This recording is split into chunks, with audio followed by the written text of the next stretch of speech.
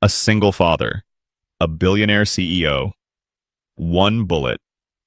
In the underground parking garage of Sterling Tower, Arthur Miller's hand clamped over Evelyn Sterling's mouth saved her life. "Don't talk," he whispered seconds before glass exploded where she stood. The janitor who mops her floors just became her only chance at survival. And the USB drive he finds holds the secret that could destroy an empire and cost him everything he loves. Before we dive in, hit that subscribe button and stay with me until the very end of this story. And drop a comment telling me what city you're watching from so I can see how far this tale travels across the world. Now let's begin. Your father is being murdered, and you're next. Those were the first real words Evelyn Sterling heard after the bullet shattered the window of her Mercedes. But we're getting ahead of ourselves. Let's back up 6 hours to when Arthur Miller was doing what he did every Tuesday night at 11 p.m., pushing a mop cart across the executive floor of Sterling Tower, invisible as a ghost. Arthur liked invisible. Invisible was safe. Invisible meant his daughter Lily got her asthma medication on time, meant the lights stayed on in their cramped apartment above Wong's Bodega on 8th Street. Invisible meant nobody asked about the scars crisscrossing his back or why his hands shook when helicopters flew low over the city. He was 42 and looked 60. That's what 7 years of solo parenting does when you're trying to outrun the ghosts of Kandahar. The executive floor smelled like leather and ambition. Arthur pushed his cart past glass-walled offices, each one empty except hers. Corner office. Chrome letters, Evelyn Sterling, CEO. Through the glass, he saw her still working. Always working. Hair pulled back tight enough to make his own scalp hurt. 3 monitors glowing. Phone pressed to her ear. "I don't care if the board is uncomfortable, Richard. Fire them. All of them. I want the Hong Kong division restructured by Friday, or you can clean out your desk with them." She hung up without saying goodbye. Arthur kept his head down. Rich people problems, not his world. He had exactly 43 minutes left on his shift, then home to relieve Mrs. Chen so she could get back to her own kids. He was thinking about Lily's school permission slip for the field trip when he heard voices. Low. Urgent. Coming from the conference room at the end of the hall, Arthur's training kicked in before his brain could stop it. 12 years of Army intelligence doesn't just switch off. He moved closer, mop swishing across marble, just another invisible worker. The conference room door was cracked open. Just an inch. Enough. The old man's almost gone. A man's voice. Deep, confident. The kind of voice used to being obeyed. Another month, maybe 2. Doctors think it's natural decline. Perfect. Arthur's hand tightened on the mop handle. And Evelyn... A second voice, thinner, nervous. "She's the problem. Always has been. Too smart, too careful. If she starts digging into the Hong Kong accounts, then we move up the timeline." Arthur felt ice slide down his spine. He knew that feeling. Kandahar 2016. 3 seconds before the IED went off. "You mean..." "I mean exactly what you think. Tonight. Parking garage. Her driver's already handled, took the money, no questions. Our people will be waiting. Make it look like a robbery. Wrong place, wrong time. City's full of crime, isn't it?" Silence. Then the nervous voice again. "What about the evidence, the audit file?" "Destroyed. I had her assistant delete the server backups this afternoon. That USB drive she carries everywhere, we take it off her body, burn it, done. By tomorrow morning, Sterling Industries answers to us. No more audit, no more questions, no more Evelyn." The voices moved. Chairs scraping, coming toward the door. Arthur rolled his cart away, fast wheels squeaking. His heart hammered. His mind raced through options like flipping cards. Call the cops. Tell them what? That he overheard something while mopping. They'd laugh him straight back to 8th Street. Go to Evelyn, sure. The janitor walks up to the CEO and says someone's going to murder her. That'd go great. But if he did nothing... Lily's face flashed in his mind. Her gap-toothed smile. The way she hugged him every morning like he was the only solid thing in her world. Last week she'd drawn him a picture at school. A knight with a sword protecting a princess. That's you, Daddy, she'd said. You protect people. What kind of man walks away? What kind of father teaches his daughter that good people don't exist? Arthur made his decision in the elevator going down. 43 minutes left on his shift. He'd wait. He'd watch. And if those men showed up, he'd do what he'd spent 12 years learning how to do. He'd make sure they failed. The parking garage was a tomb at midnight. Fluorescent lights buzzing overhead, casting everything in sickly yellow. Shadows pooled between concrete pillars like spilled ink. The air smelled like oil and exhaust and money. Arthur positioned himself behind a support column with a clear view of Evelyn's reserved spot. Space E1. Right up front, closest to the elevator. Perfect kill zone. His hands weren't shaking now. They never shook when it mattered. That was the problem with PTSD, Arthur had learned. Your body saves the shaking for safe moments. When death comes knocking, you go calm as glass. 23 minutes passed. Arthur counted heartbeats. Old habit. Then he heard her. Heels clicking across concrete, echo bouncing off walls. She was alone, phone pressed to her ear, completely unaware. Her Mercedes sat waiting under the lights, black and gleaming like a shark. No, Richard, I don't care about his feelings. Results or resignation. It's that simple. She was almost to her car. If he can't deliver, he's gone. End of discussion. Arthur saw them before she did. 3 men. Emerging from different angles, moving with purpose, with training. One had his hand inside his jacket. Another was scanning the garage, professional, careful. The third was circling around, cutting off escape routes. Professionals, military or close enough. This wasn't a robbery. This was an execution. Arthur moved. He came up behind Evelyn, fast and silent, years of training making him a shadow. His hand covered her mouth. His other arm wrapped around her waist, pulling her backward into darkness behind a concrete pillar. She tried to scream against his palm. Tried to fight. Surprisingly strong for someone who lived behind a desk. Her elbow caught his ribs sharp. Don't talk, Arthur whispered urgently in her ear, his breath hot against her skin. Don't move. Don't breathe. The red dot appeared. Laser sight. Sweeping across the concrete right where she'd been standing 2 seconds ago. Then her Mercedes exploded. Not literally, but close enough. Bullets tore through the windows in a symphony of shattering glass. Silenced shots, professional, no sound except destruction. The windshield spiderwebbed. The side windows burst. Metal pinged and sparked as rounds punched through steel. Evelyn went rigid in his arms. Stopped fighting. Started understanding. Arthur held her there, barely breathing, watching the shooters advance. They thought they'd hit her in the car. They were checking now, moving closer, guns raised, expecting to see a body slumped over the steering wheel. His mind calculated automatically. 3 armed professionals versus 1 out-of-practice janitor protecting a civilian who'd probably never seen violence outside a boardroom. Bad odds. Real bad. Then he saw it. On the ground near her car, knocked from her bag in the chaos, a USB drive. Small, black, ordinary, except for the neat handwriting on the label, Internal Audit Q3. That's what they wanted. That's what was worth a life. The shooters were at the car now, 10 feet away. One of them pulled the door open, gun aimed inside. She's not here. His voice sharp with anger. She's not here. Find her. Now. They spread out, hunting. Arthur leaned close to Evelyn's ear, whispered so quiet it was almost just breath. When I move, you run for the stairwell, east corner. See it. Don't stop. Don't look back. Don't make a sound. Nod if you understand. She nodded, trembling now. He could feel her heartbeat through her back, wild and fast. On 3. 1. The shooters were searching, methodical. They'd find them in 30 seconds, maybe less. 2. Arthur's muscles coiled, his body remembering things his mind had tried to forget. Fallujah. The house-to-house searches. The way you move through death like water. 3. He released her and moved opposite, deliberately kicking a piece of broken glass. The sound cracked through the garage like a gunshot. All 3 men turned toward him. Contact, north side. Arthur ran, led them away from Evelyn, zigzagging between pillars, using concrete for cover.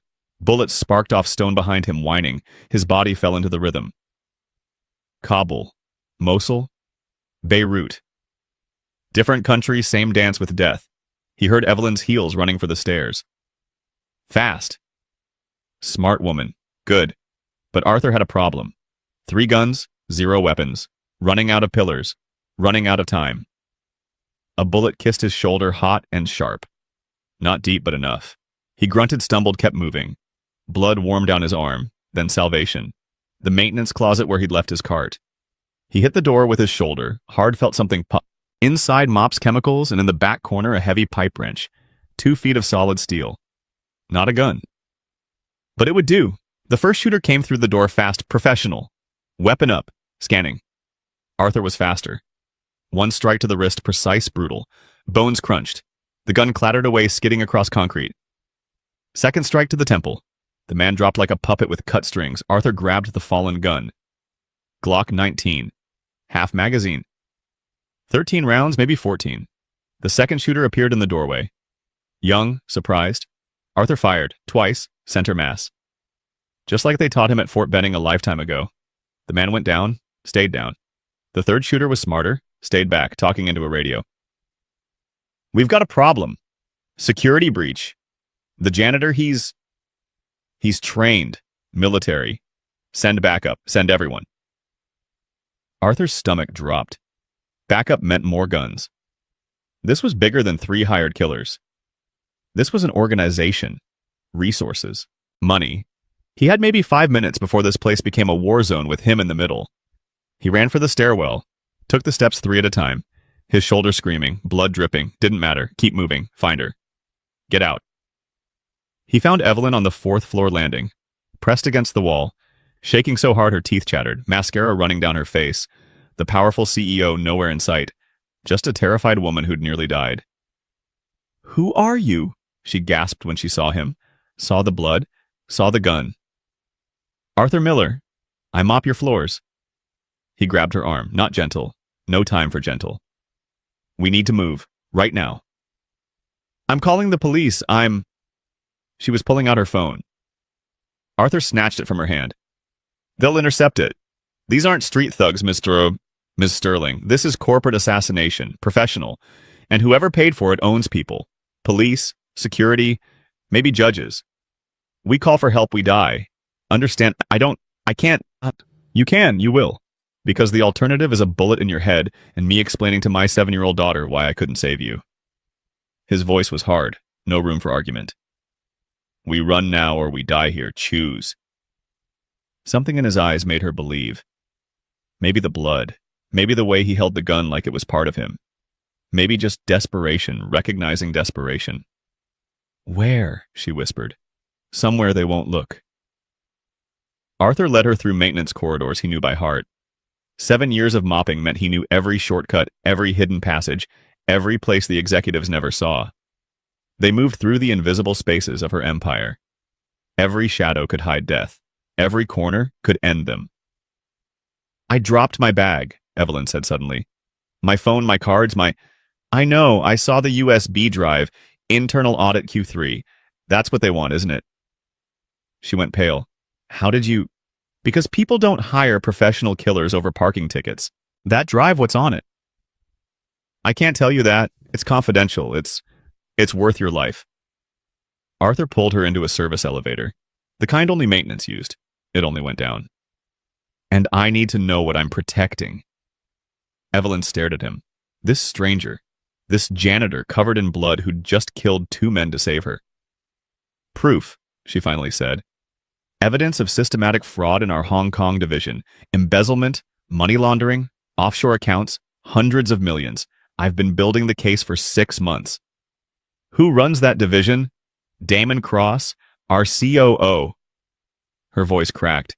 He's been with the company 15 years. I trusted him. He's the one who ordered your death. The elevator doors opened to the sub-basement. Pipes and machinery and forgotten spaces. Arthur's domain. I heard him, Arthur continued. In that conference room. His voice. He's the one who planned this. Evelyn's legs gave out. Just stopped working. She sat down hard on the concrete floor. Damon, she whispered. All this time he's been... Oh God. My father. They said something about my father. They're poisoning him, making it look like dementia. No, that's... Dad's in a care facility. He's sick. He's been sick for months, the doctors said. The doctors are wrong, or paid off. Your father started getting sick when... Evelyn's mind raced back. 6 months ago. Right after I told Damon I was starting the audit. Right after... She looked up at Arthur. He murdered my father. He's murdering your father. Present tense. Slow poison. Makes it look natural. Nobody questions when a 68-year-old billionaire declines. Evelyn made a sound. Not quite a scream, not quite a sob. Something between. The sound of a world collapsing. Arthur gave her 10 seconds, that's all they had. Then he pulled her up. We grieve later. Right now we survive. Come on. They made it to the loading dock. Arthur's van sat in the corner, 15 years old, rusted, forgotten. Perfect. We can't go back for the USB, Evelyn said, her voice hollow. They'll be waiting. I know. Arthur opened the back doors. Inside, blankets, basic supplies, a go bag he'd kept packed for years without really knowing why. Old military habits die hard. We're not going through the front. Then how? Security cameras. Everything in that garage is recorded and backed up to the main server. He pulled out a laptop, old but functional. I do maintenance on those servers. I know the access codes. You're going to hack your own building. I'm going to retrieve evidence of attempted murder. Different thing entirely. He booted up the laptop. Get in. This'll take a few minutes. While Arthur worked, Evelyn sat in the passenger seat, shock settling in. Her hands wouldn't stop shaking. Her mind kept replaying the moment. The laser sight, the glass exploding, how close, how terrifyingly close. Who benefits from your death? Arthur asked, fingers flying over keys. What? Follow the money. You die, who gets the company? The board would appoint an interim CEO. My father's too sick. So it would be Damon. Next in line, acting CEO until... She stopped. Until he becomes permanent CEO, until he controls everything. There's your motive. But the fraud. I have evidence. Even if I die, they destroy it. That's what the USB is about. They kill you, take the drive, erase the backups. Clean slate. No evidence, no investigation. Just a tragic murder in a parking garage, and Damon cries at your funeral. Evelyn felt sick. I should have seen it. Should have known. Don't. Arthur's voice was sharp. I've seen a lot of evil in my life, Ms. Sterling. The one thing it has in common, it counts on good people trusting too much. That's not a weakness. That's being human. In my world, being human gets you killed. In every world, Arthur said quietly. But you keep being human anyway. He pulled up the parking garage footage, backed up the timeline. There was Evelyn on camera, approaching her car. There were the 3 shooters positioned. There was Arthur grabbing her, pulling her to safety. And there, crystal clear, was the USB drive falling from her bag. I need to enhance this. Arthur zoomed in. The label became visible, internal audit Q3. Good enough. This proves attempted murder. Shows the drive exists. Now we just need to get it back. That's impossible. They'll have people watching. So we wait. Let them think they won. Let them get comfortable. Arthur saved the footage to his laptop, then wiped the original. They'll know I accessed the system eventually, but it'll take time to figure out what I took and where I went. We have maybe an hour, maybe 2 if we're lucky. And then they start looking. Everywhere. Evelyn's eyes widened. They'll check employee records. They'll find you. Find out where you live, your daughter. I know, Arthur's jaw clenched. That's why we're leaving. Right now. He started the van, pulled out of Sterling Tower at 1:47 a.m. Headlights off until they were 3 blocks away.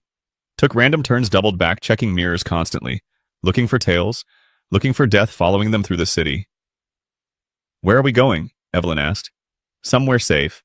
Temporarily. There's nowhere safe. Damon has resources, connections, he knows people in... He doesn't know me. To him, I'm invisible. Been invisible for 7 years. He walks past me every day and never sees me. That's my advantage. Evelyn looked at this man. Really looked. Saw the scars on his knuckles.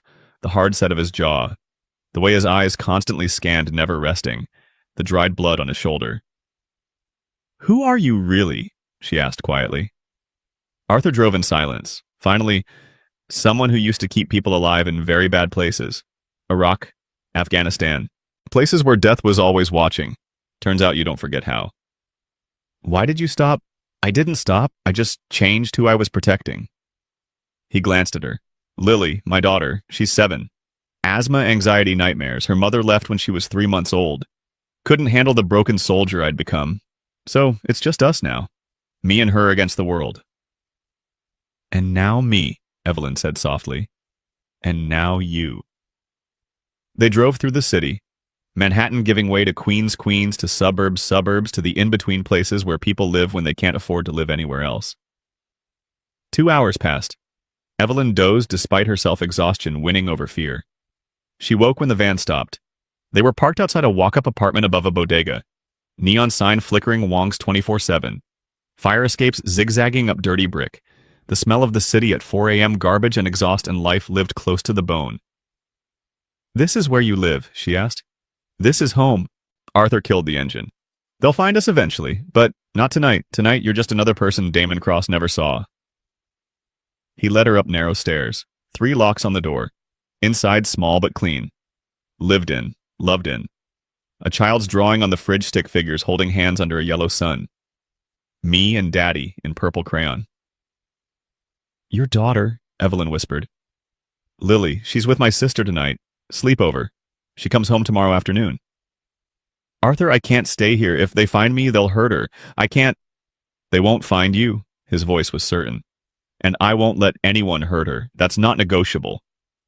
He pulled blankets from a closet. On the wall photos, Arthur and Lily at Coney Island, her gap-toothed grin enormous. At a school play, her in a butterfly costume. At a park, flying a kite. Moments of pure joy in cheap frames. "Why?" Evelyn asked. "Why risk all of this? Her, your life, everything. For me?" Arthur stopped, looked at her. 7 years ago, I came home from Afghanistan with nothing but ghosts and guilt. I was angry, broken, convinced people were just meat, and the world was just a machine designed to grind us up. Then Lily's mother handed me this tiny, screaming baby and walked out. Just left. And suddenly, I had this little human depending on me for everything. Food, safety, love, meaning. He handed Evelyn a blanket. I had to choose who I wanted to be, what kind of world I wanted her to grow up in. Did I want her to learn that people walk away when things get hard, that nobody helps, that good doesn't exist? Or did I want to be the kind of man who protects people even when it costs everything? His eyes were wet. Just a little. I chose her world. The one where her daddy is a hero. The one where good people exist. Even when it's hard. Especially when it's hard. Evelyn took the blanket with shaking hands. I don't know how to thank you. Don't. Not yet. This isn't over. It's barely started. He walked to the window. Checked the street. Checked shadows. Always checking. Get some sleep, Ms. Sterling. Tomorrow we figure out how to get that USB drive back. How to prove what Damon did. How to save your father. How to end this. Call me Evelyn. I think we're past Ms. Sterling. Arthur almost smiled. Almost. Get some sleep, Evelyn. As she lay on the couch in the darkness, Evelyn heard Arthur in the next room. Heard him moving things, preparing, planning. Heard him pick up something. Put it down. Pick it up again. Then she heard his voice, quiet, gentle, talking to someone not there. Hey, baby girl, it's Daddy. I know you're asleep at Aunt Maria's. I wanted to hear your voice. Wanted to make sure.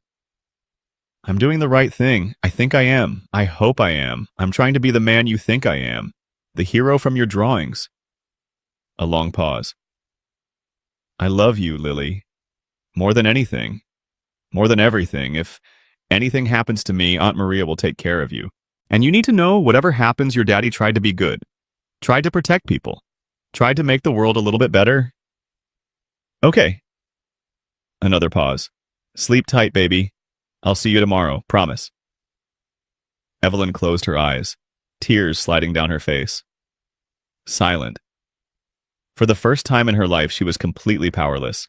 No money, no control, no authority. Just a fugitive on a janitor's couch. And somehow she'd never felt safer.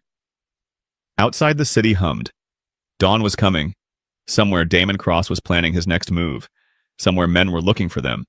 Somewhere her father was dying slowly from poison while thinking his mind was just failing. But here in this small apartment guarded by a broken soldier who'd chosen to be a hero for his daughter, Evelyn.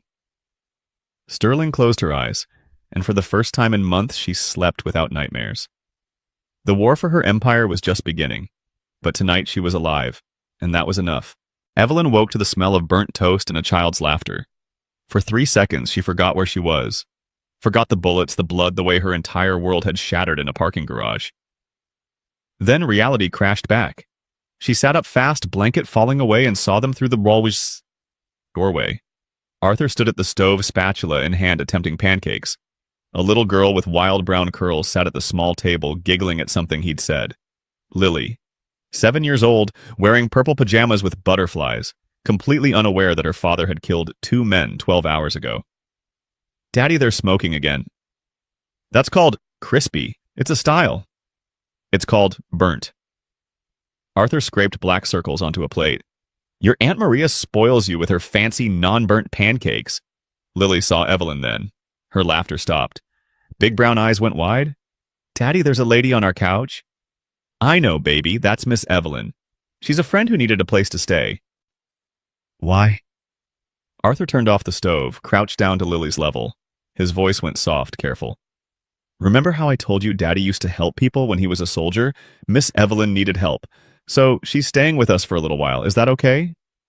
Lily studied Evelyn, taking in the expensive suit now wrinkled, the mascara smudges, the way she sat like she'd never been on a couch this old before. Are you in trouble? The girl asked. Evelyn's throat closed. Yes, she managed. I am. Is Daddy going to save you? He already did. Lily nodded, satisfied. Daddy's good at saving people. He saved Mr. Chen's cat from the fire escape, and he saved me from the bad dream monsters. She turned back to Arthur. Can I give her my special blanket, the one Aunt Maria made? Arthur's eyes got wet. Just for a second. Yeah, baby, you can give her your blanket. Lily ran to her room, came back with a crocheted blanket, purple and pink, clearly precious. Handed it to Evelyn with the seriousness of a holy ritual. It keeps the scary things away, she explained. Aunt Maria put love in every stitch, that's what she says. Love makes it magic. Evelyn took the blanket with shaking hands. Thank you, Lily. You're welcome. Do you like pancakes? They're really burnt, but Daddy tries hard. Arthur stood. Lily, go brush your teeth. We need to talk to Miss Evelyn about grown-up stuff. Is it secret stuff? Yeah, secret stuff. Lily skipped away humming. The bathroom door closed. Arthur sat down across from Evelyn. His face looked 10 years older in the morning light. She can't know what's really happening. Can't know about the danger. Kids her age, they absorb fear like sponges. It destroys them from the inside. She should be afraid. We should send her away, somewhere safe until... There is no safe, not anymore. The second we move her, they might notice. Track her. Use her to find us. Arthur's jaw clenched. She stays with me, where I can protect her. You're choosing to keep her in danger. I'm choosing to keep her alive. There's a difference. Evelyn wanted to argue, wanted to scream that this was insane, but she saw it in his eyes. The calculation. The cold math of survival. He'd already run through every scenario. This was the best bad option. What's the plan? She asked. First we verify your father's alive, confirm the poisoning. Then we get that USB drive, then we burn Damon's world down. Arthur pulled out his laptop. I've been thinking about the garage. Security will be doubled, maybe tripled. But they're looking for you, not me. You can't go back there if they've checked employee records. They have, I'm sure they have, but I'm a janitor, Evelyn. One of 40 maintenance workers in that building. They'll run background checks, sure, but they're looking for someone connected to you. Someone with motive. I'm nobody. You saved my life, and nobody saw it. And nobody saw? The cameras were positioned wrong. We were in the blind spot. They know someone interfered. They don't know who. Lily came back, toothpaste on her chin. Can Miss Evelyn stay for my school show? It's on Friday. I'm a butterfly. Arthur smiled. It didn't reach his eyes. We'll see, baby. Please, I practiced my flying so much. Lily spread her arms, demonstrating. See, flutter, flutter. Beautiful, Lily. The best butterfly I've ever seen. Evelyn watched this man transform. With his daughter, he was gentle, present, whole. The soldier disappeared. The killer vanished. Just a dad who loved his kid more than breathing. Can you take her to school? Arthur asked Evelyn after Lily left to get dressed. I need to make some calls, check on some things, and I can't be seen outside until we know more. I don't know how to take a child to school. You walk there. She talks the whole way. You nod and smile. It's not complicated. Arthur, I run a billion-dollar company. I've negotiated with world leaders, but I've never... Children aren't my area. You were a child once. Remember that version of you? The one before the boardrooms and the fear. He handed her a jacket. Old, worn, nothing like what she usually wore. Walk her to school, come back. We'll figure out the next move. 20 minutes later, Evelyn found herself walking down 8th Street holding a 7-year-old's hand. Lily chattered the entire time about her best friend Sophie, about the mean boy who pulled hair, about how butterflies can taste with their feet. Did Evelyn know that I didn't? Evelyn admitted. I learned it from a book. Daddy gets me books from the library every week. He says reading makes your brain grow bigger. Is your brain big? I suppose it is. Daddy says you're important, like a queen or something. Are you a queen? Evelyn almost laughed. Almost. I used to think I was. Now I'm not sure what I am. Lily squeezed her hand. You're Daddy's friend. That makes you important to me too. Something cracked in Evelyn's chest, this child offering unconditional acceptance. No judgment, no calculation. Just pure, simple kindness. They reached the school, other parents dropping off kids, normal lives, normal problems. Evelyn felt like an alien observing another species. Bye, Miss Evelyn. Thank you for walking me. Lily hugged her, quick, warm, unexpected, then ran toward the entrance butterfly backpack bouncing. Evelyn stood there, frozen. When was the last time someone had hugged her months, years, her father, before he got sick? That was it. Her entire life reduced to business handshakes and calculated smiles. She walked back to the apartment, slower now, thinking about USB drives and conspiracy and attempted murder, but also about purple blankets and burnt pancakes and a little girl who believed her daddy was a hero. Arthur was on the phone when she got back, his voice low urgent. I don't care what it costs, Maria. I need you to be ready to take her. Tonight, if necessary. I'll explain later. Just promise me. A pause. Yeah, I know. I love you too. He hung up, saw Evelyn. How'd it go? She's wonderful. I know. Arthur, if something happens to you, it won't. But if it does, it won't. His voice was iron. I've survived worse than corporate killers. I've survived Fallujah. I've survived losing everything. I'll survive this, for her. Evelyn sat down. Tell me about the poison. How do we prove it? We need your father's medical records. Blood samples. Hair samples would be better. Poison accumulates. It leaves traces. Arthur pulled up files on his laptop. I've been researching. If they're making it look like dementia, they're probably using heavy metals. Thallium, maybe. Or organic compounds that mimic neurological decline. How do you know this? Army intelligence trained me in a lot of things, including how to kill people slowly and make it look natural. His face was blank. We learned what to look for, how to catch it. I never thought I'd use that training on American soil. Can you get into the care facility? No, but you can. Evelyn stared. I'm wanted. They're looking for me.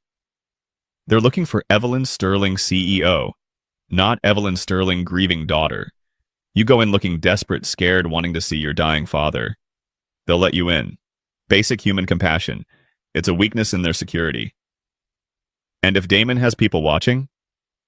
He does, I'm sure he does. So we make it look real. You go in alone, emotional, demanding to see him, making a scene. While everyone's focused on you, I slip in through the YIB service entrance. Get the samples, get out. You leave, they follow you, and we loop around. That's insane. You have a better idea. She didn't. They spent the next 2 hours planning, Arthur mapping out the facility from online blueprints, Evelyn trying to remember the layout from her last visit, when her father had still recognized her, when he'd held her hand and told her he was proud, before Damon had started poisoning him. I should have known, Evelyn said quietly. Should have questioned it. Should have pushed the doctors harder.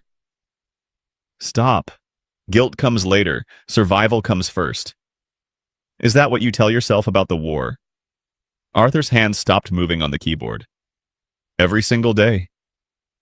Does it work? No, but I keep saying it anyway. His phone buzzed. Text message. He read it, went pale. What? Evelyn asked. That was my contact in building security. They found my access logs from last night. They know someone pulled the garage footage. They're running a full audit of all maintenance staff. He looked at her. We have maybe 6 hours before they narrow it down to me. We need to move, now. We need to get those samples from your father first, and the USB drive. If we run without evidence, Damon wins. We're just fugitives. We need proof. We need to stay alive. We need both.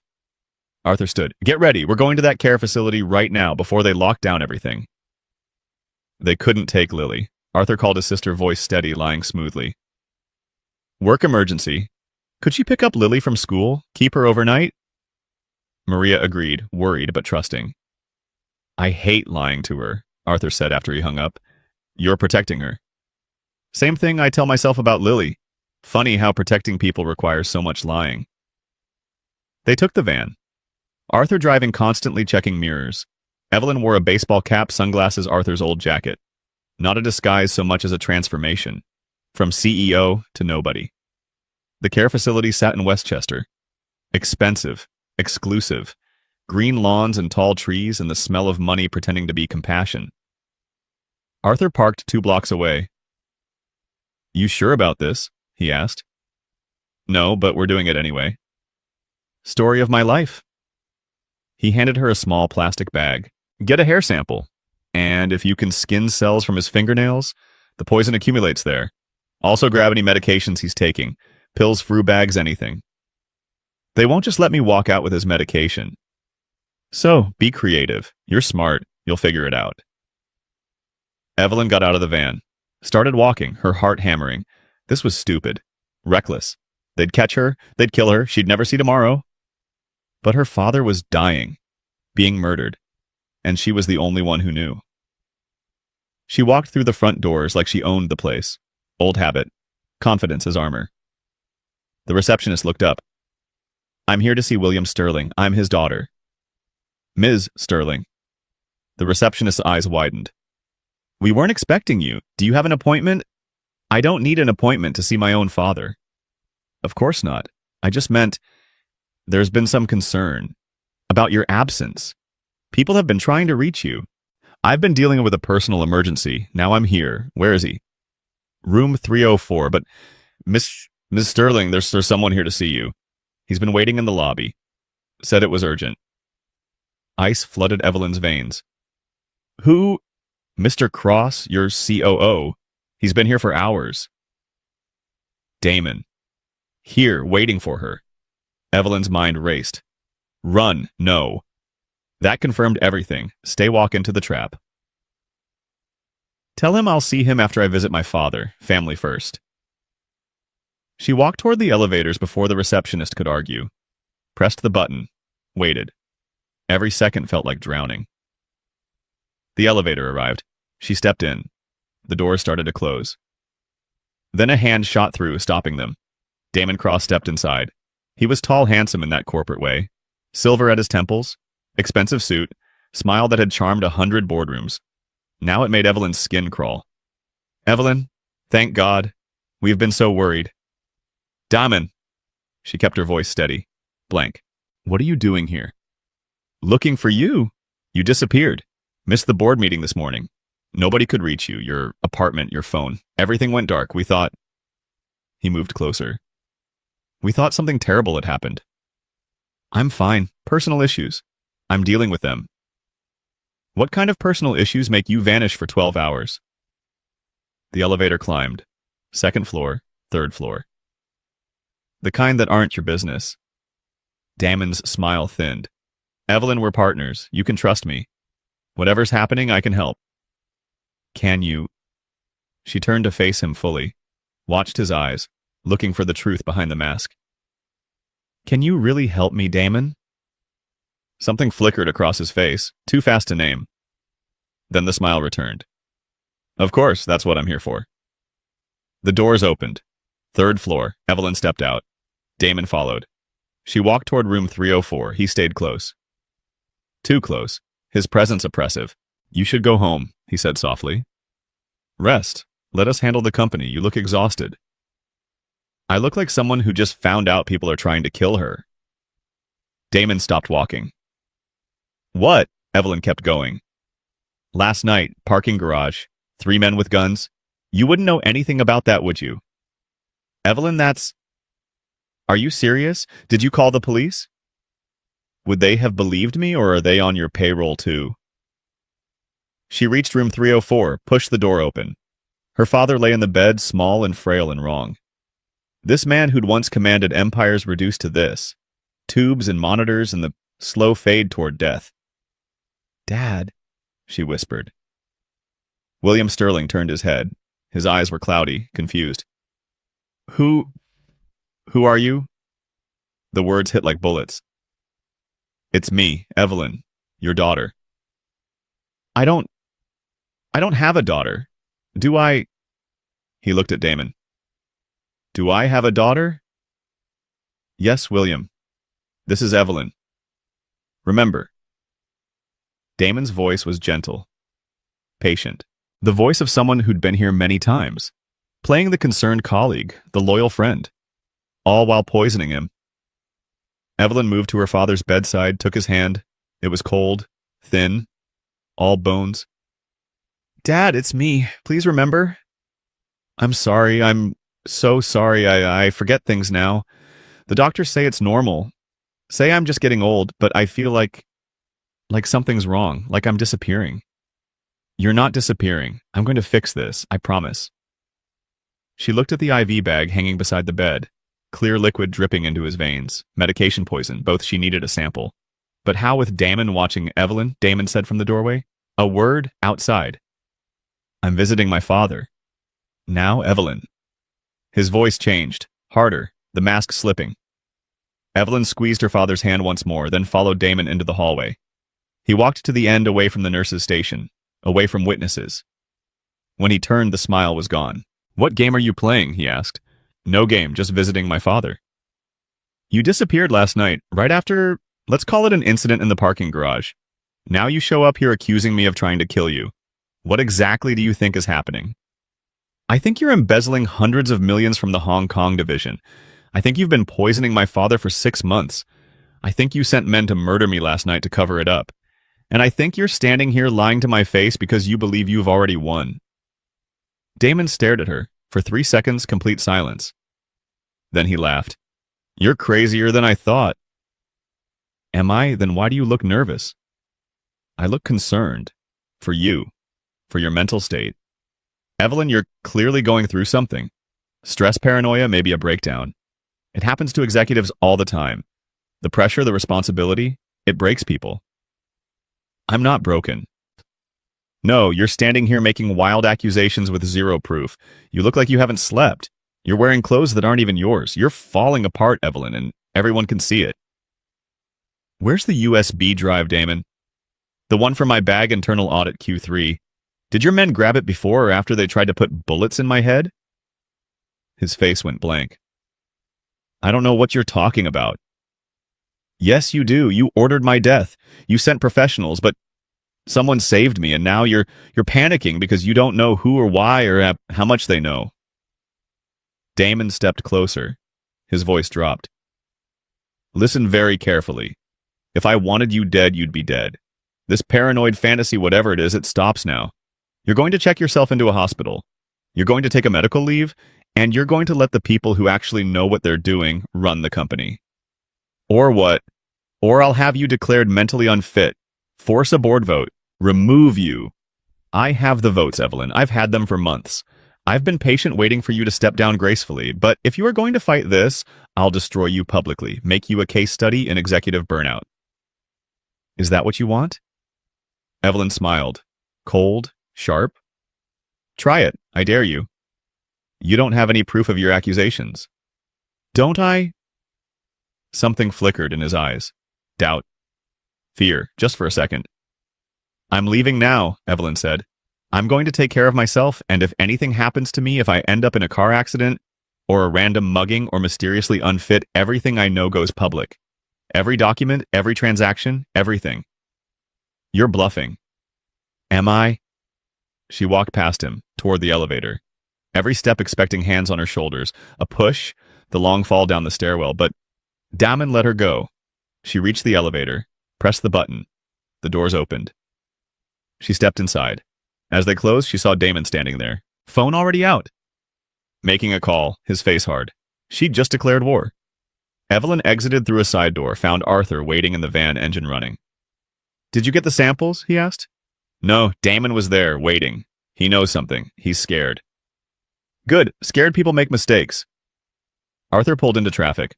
But we still need evidence. Without it, this is just your word against his. I know. We need that USB drive. Tonight. We're going back to Sterling Tower. We're getting it back. That's suicide.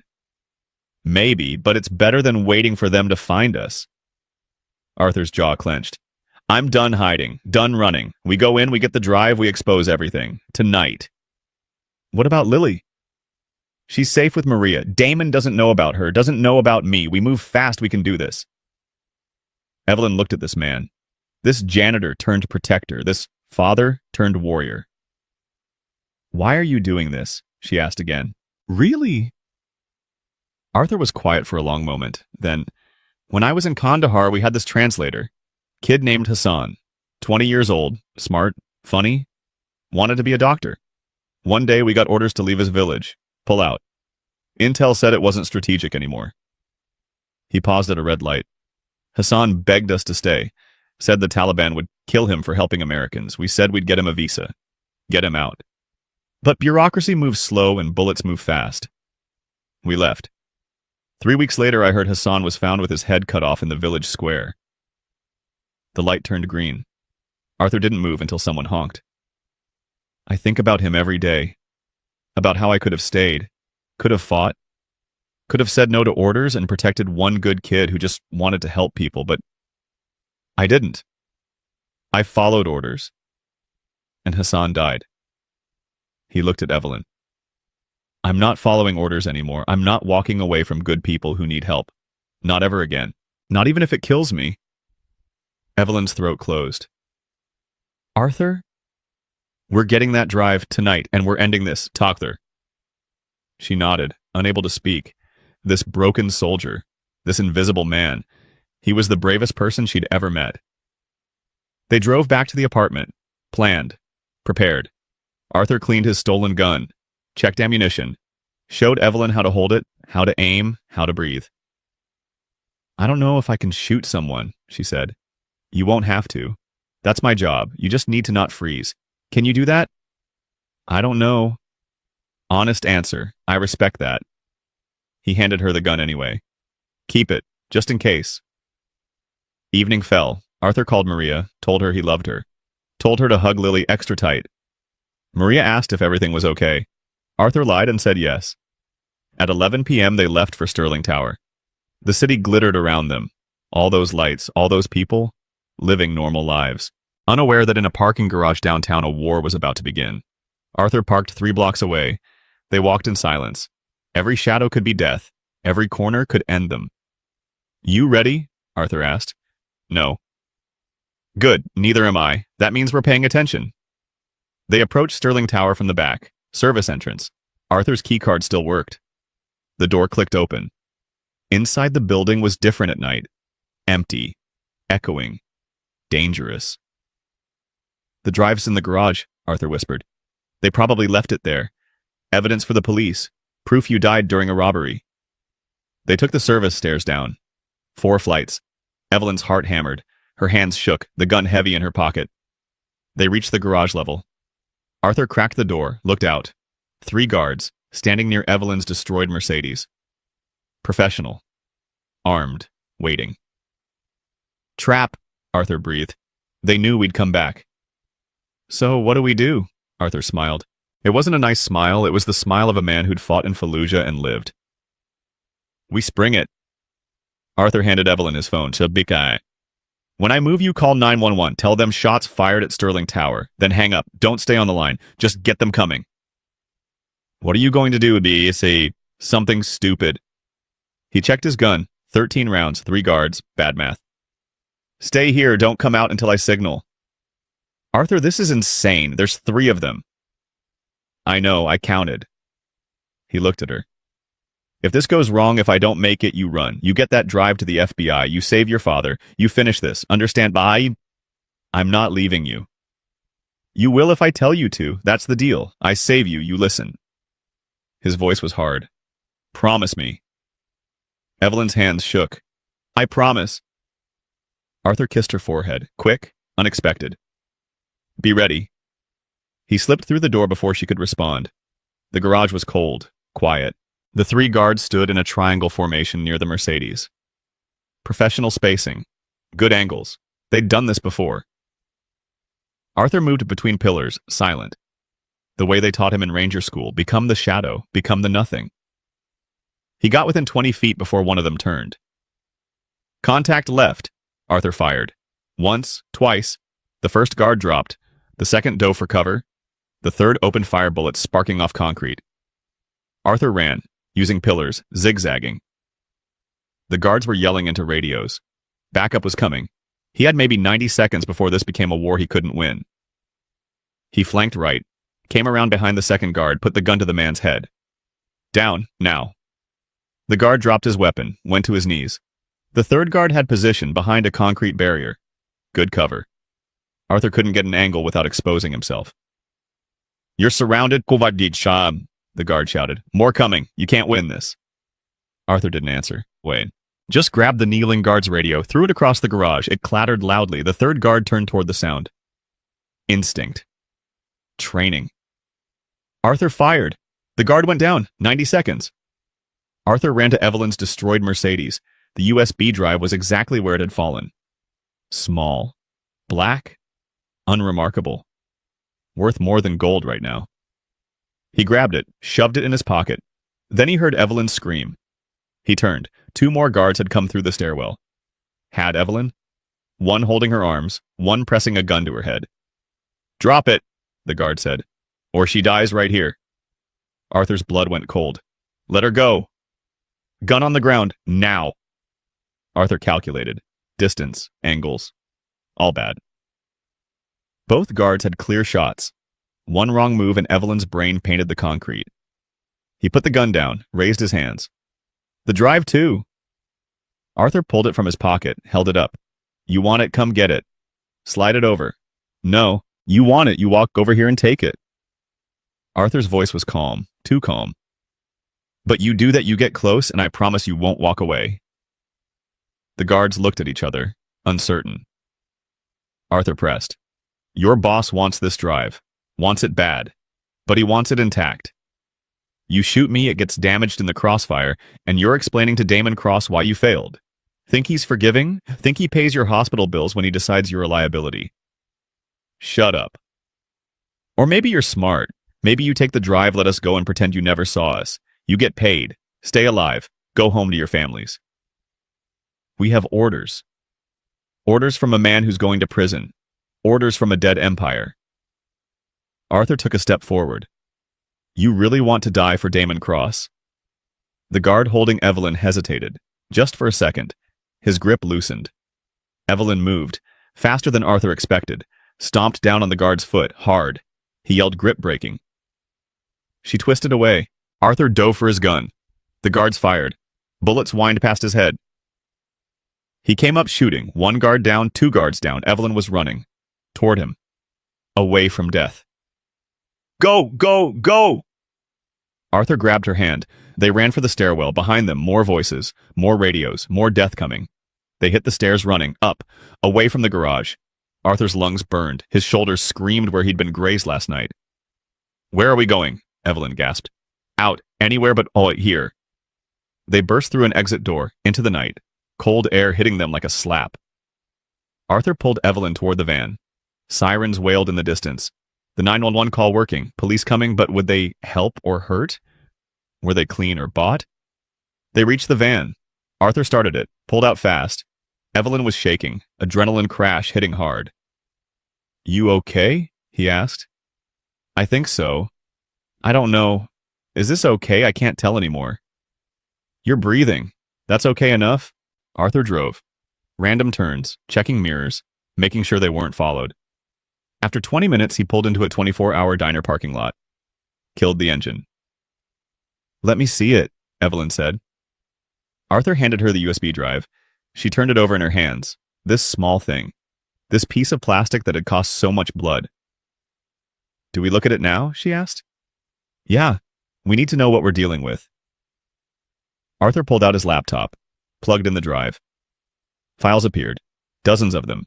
Spreadsheets. Documents. Scanned images. Evelyn opened the first file. Her hands shook on the file trackpad. Hong Kong Division. Financial records. Oh God, it's all here. Every transaction. Every falsified report. Every offshore account. She scrolled through, her face getting paler. 400 million. He stole 400 million over 5 years. How did I miss this? Because he's good, and because you trusted him. She opened another file. Stopped, her breath caught. Arthur, look at this. It was a document, dated 7 years ago. Investigation report, private investigator, surveillance photos, photos of a car accident. Mercedes, mangled, burned, driver dead inside. My mother, Evelyn whispered. This is my mother's accident. Why is this here? Arthur read the report. His stomach dropped. Because it wasn't an accident. The document detailed everything. Brake lines cut, accelerator tampered with, remote control device installed. The investigator had documented it all. Then his investigation had been shut down. Payment made, files buried. Damon, Evelyn breathed. Damon killed my mother. 7 years ago.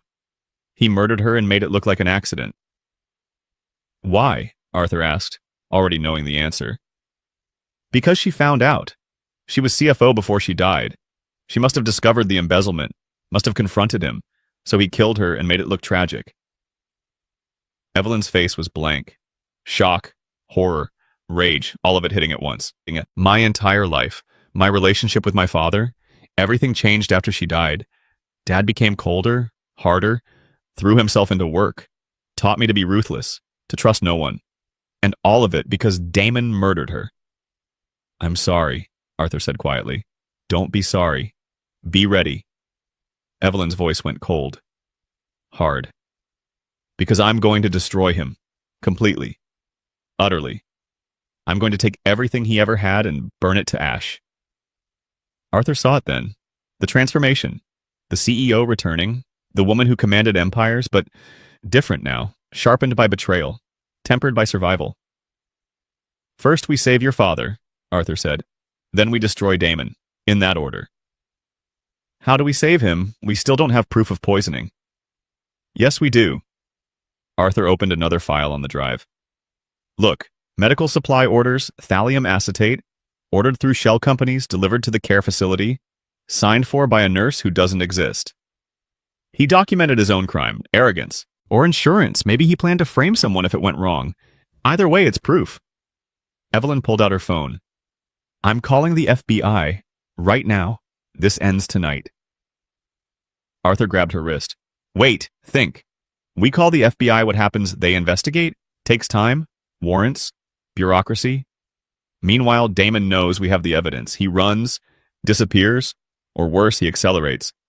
Kills your father before they can save him. So what do? We go get your father. Right now, tonight. We take him out of that facility.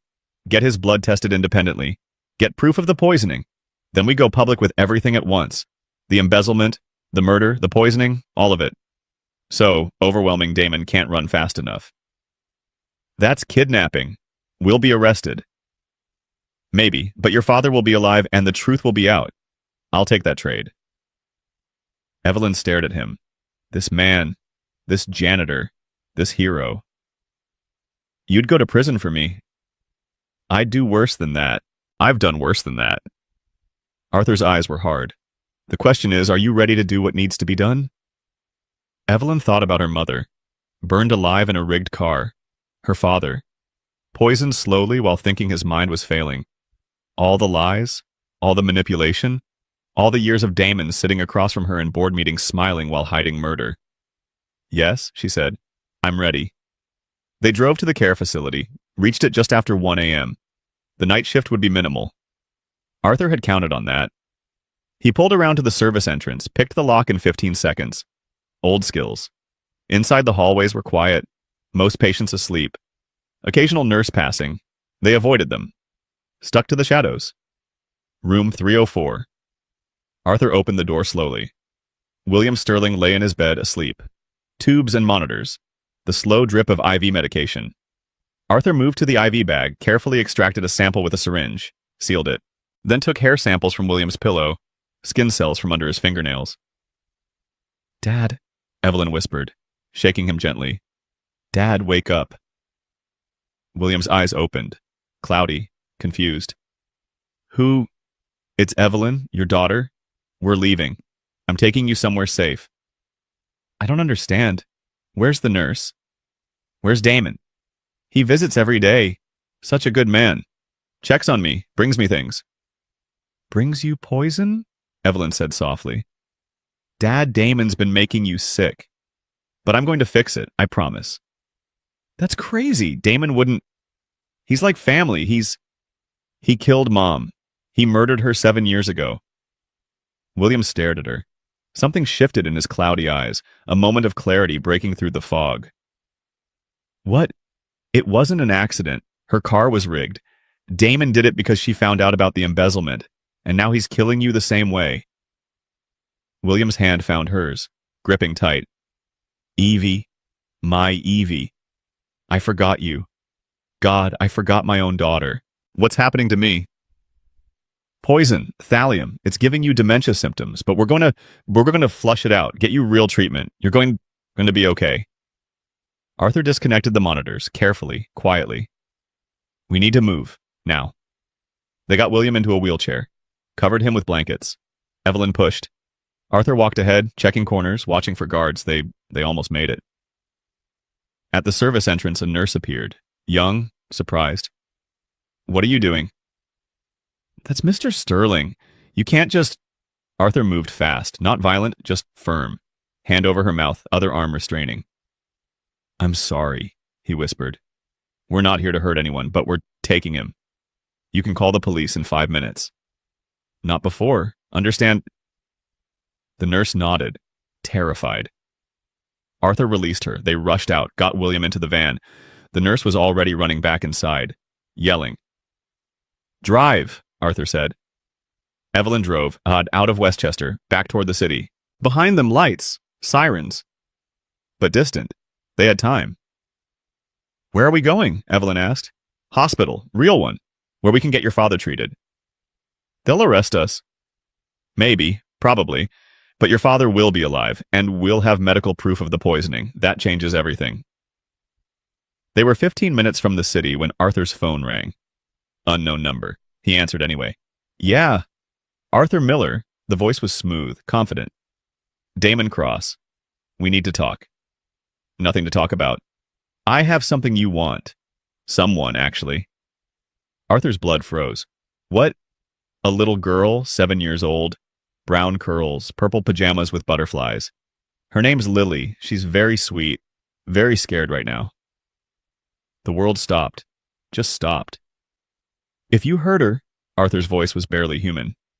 If you touch one hair on her head, I will end you. Slowly, painfully.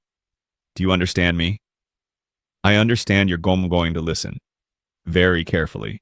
You have evidence that belongs to me, a USB drive. You're going to bring it to me, alone, or Lily learns what happens when people don't cooperate. Where? The warehouse, Pier 47, you know it. You used to do maintenance there. Come alone, bring the drive. You have 1 hour. The line went dead. Arthur's hands shook, his whole body shook. Every fear he'd ever had materializing at once. What happened? Evelyn asked, already knowing it was bad. He has Lily. He has my daughter. Oh, God, how? Maria, he must have figured out the connection. Found my sister, took Lily from her. Arthur's voice cracked. I told Maria it was safe, I promised. And now? We'll get her back. He wants the drive, wants me alone. Then we call the police, FBI, SWAT, and he kills her.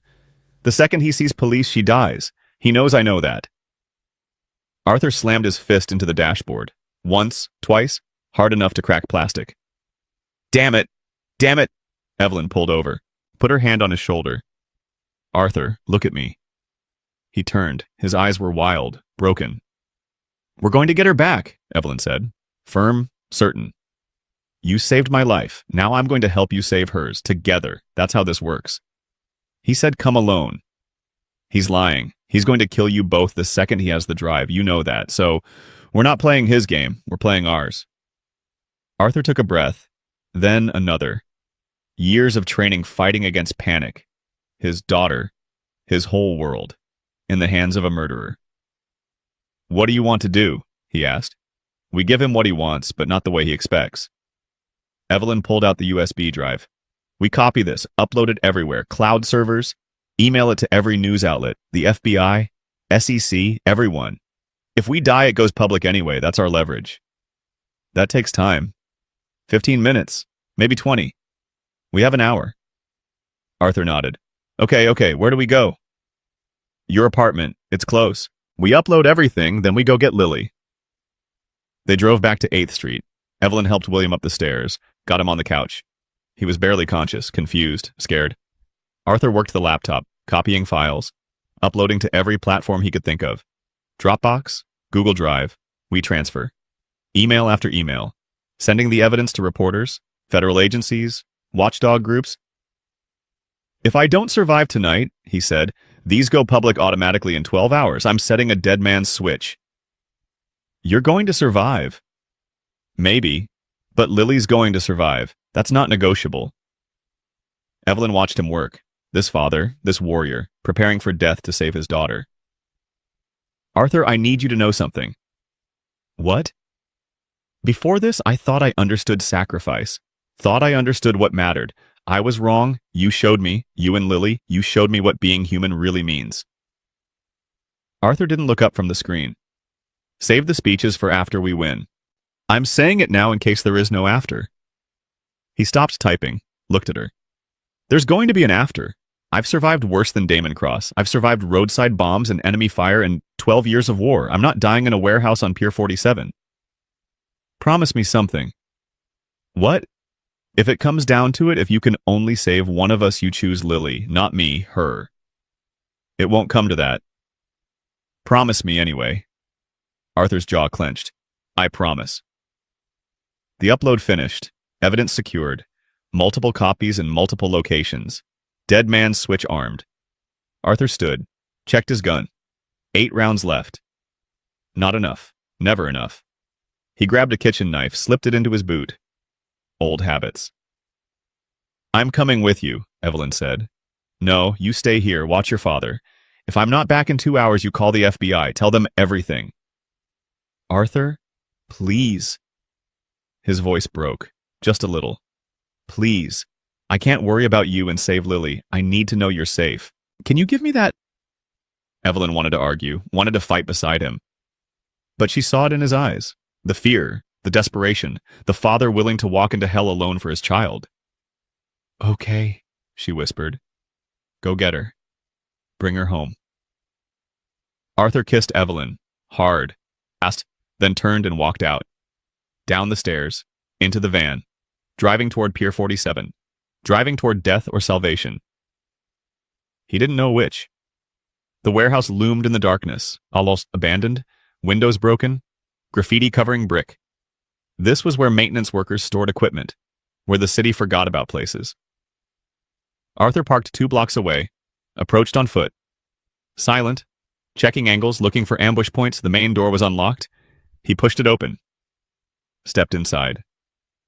The warehouse was empty, cavernous, moonlight streaming through broken windows, and in the center, under a single work light, Lily sat in a chair. Hands tied, duct tape over her mouth, tears streaming down her face. "Lily," Arthur breathed. 5 men stepped out of the shadows, armed, professional, and Damon Cross walked forward, smiling. Arthur Miller, the invisible janitor, not so invisible anymore. Damon's smile was cold. "You have something that belongs to me. Let her go. Take the drive. This is between us. Everything's between us now. You made it personal when you interfered." Damon nodded to Lily. "She's cute. Looks just like you. Those same eyes, that same stubborn jaw. Does she know her daddy's a killer? She knows I protect people. Is that what you call it? I call it murder. 3 of my men dead in that garage. 2 more in the hospital." Damon circled closer. "You're dangerous, Arthur. More dangerous than I expected. Can't let that stand." "The drive. Take it and let us go." "Sure, hand it over." Arthur reached into his pocket, slowly, pulled out the USB drive. Everything you did is on here. Every crime, every murder. My mother, William, me. Had to be done. Business is business. Sometimes people become obstacles. You remove obstacles. She was your friend. She was a liability, just like you. Damon nodded. One of his men moved toward Arthur. Give him the drive. Arthur handed it over. The man took it, stepped back. Damon examined it, smiled. Perfect. Now here's what's going to happen. You and your daughter are going to have a tragic accident. Gas leak. Explosion. Very sad. Single father and child dead in their sleep. The city will mourn briefly and forget completely. You said you'd let us go. I lied. Funny how that works. Damon raised his gun, pointed it at Lily. Arthur moved, faster than he'd ever moved, threw himself forward, tackled Damon. They went down hard. The gun fired, bullet went wide. The other men rushed in. Arthur fought. Brutal, desperate, a punch to one throat, elbow to another face. He grabbed the knife from his boot, slashed, cut, survival mode. But 5 against 1, bad odds. They overwhelmed him. They overwhelmed. Dragged him down. Fists and boots, pain exploding everywhere. Through it all, Arthur heard Lily screaming behind the tape. Damon stood, brushed himself off. Hold him down. They did. Arthur struggled, blood in his mouth, ribs broken, vision blurring. Damon aimed the gun at his head. Any last words? Arthur smiled, blood on his teeth. Yeah, you lose. How do you figure? Because everything on that drive, it's already public. I uploaded it everywhere before I came. News outlets, FBI, SEC, it's over Damon. You just don't know it yet. Damon's face went white. You're lying. Check your phone. Go ahead, check. Damon pulled out his phone, opened his email. Arthur watched his face change, watched him read the messages, the notifications, the news alerts starting to pop up. No, this isn't... Damon looked at Arthur. You destroyed everything. I saved everything. I saved the truth. Sirens wailed in the distance, getting closer. Multiple sirens. Lots of them. Police are coming, Arthur said. FBI too, probably. You can kill me, but they'll find my body. Find Lily, find all the evidence, and you'll spend the rest of your life in prison. Damon's hand shook, gun wavering. You ruined me. You ruined yourself. I just made sure everyone knew about it. The sirens were close now, very close. Damon's men looked at each other, starting to panic. Boss, we need to go now. Shoot him, Damon ordered. Shoot them both.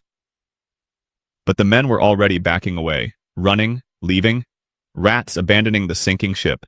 Damon stood alone, gun still pointed at Arthur, finger on the trigger. Do it, Arthur said.